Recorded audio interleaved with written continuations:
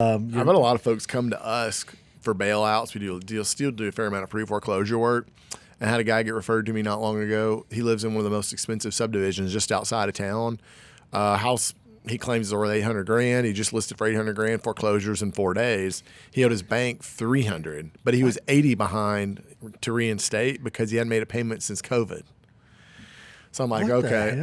Is he a real estate investor? No, homeowner. He was referred through a realtor, and the realtor is saying, how do I work this out? Normally I say, look, tell him give him $50,000 to walk. I'll take over the debt, and then I'll go clean it up and sell it. But now he's getting no money. Well, here's the tricky part, man. He didn't want to leave, and he wanted to take top dollar. So I had to have a come to Jesus conversation with him and say, let's get realistic here. No one's buying this from you for top dollar. You get on the market for $825. It ain't moving. You got 4 days of foreclosure. So here's what we came up with. I invested $80,000 to reinstate his note. Mm-hmm. I took a second position to his $300,000. Okay. So all in, his total debt now is $80,000. So I'm thinking, or I'm sorry, $380,000. It's listed at $800,000. I'm thinking, even if it sells for $600,000, you can slash the price and we'll all get our money. Yeah. So I told the realtor that brought it, I said, I'm not going to charge usury rates. I can't do that. Don't get in trouble. But you're providing a unique service. So your listing fee is not 3%, it's 12%. Well, and he goes, can I do that? I said, yes, yeah. Absolutely you can. So now everybody's showing that house. Right. So we got it canceled with the other agent, listed it with this guy that referred it to me. I'm only charging, 10% interest, 4 points, whatever. I ain't going to make a ton on that. But the realtor is probably going to owe me some money when this is done because I figured out how to get him a 12% listing fee. Yep. Now, what's crazy is I said, you're at $825 on the listing. When my guy takes it over, you're going to go at $790.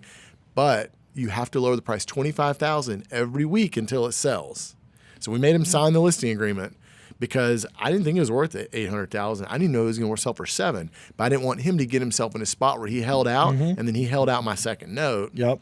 So he's contractually obligated to lower that price. So we've been doing this. Now our price is at right around $600,000, and we're starting to get looks and offers in the fives. That's good.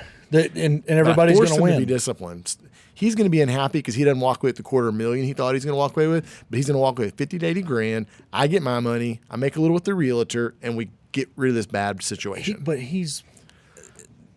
People like that are weird because he could have sold it in 21 and made a killing. Oh my gosh!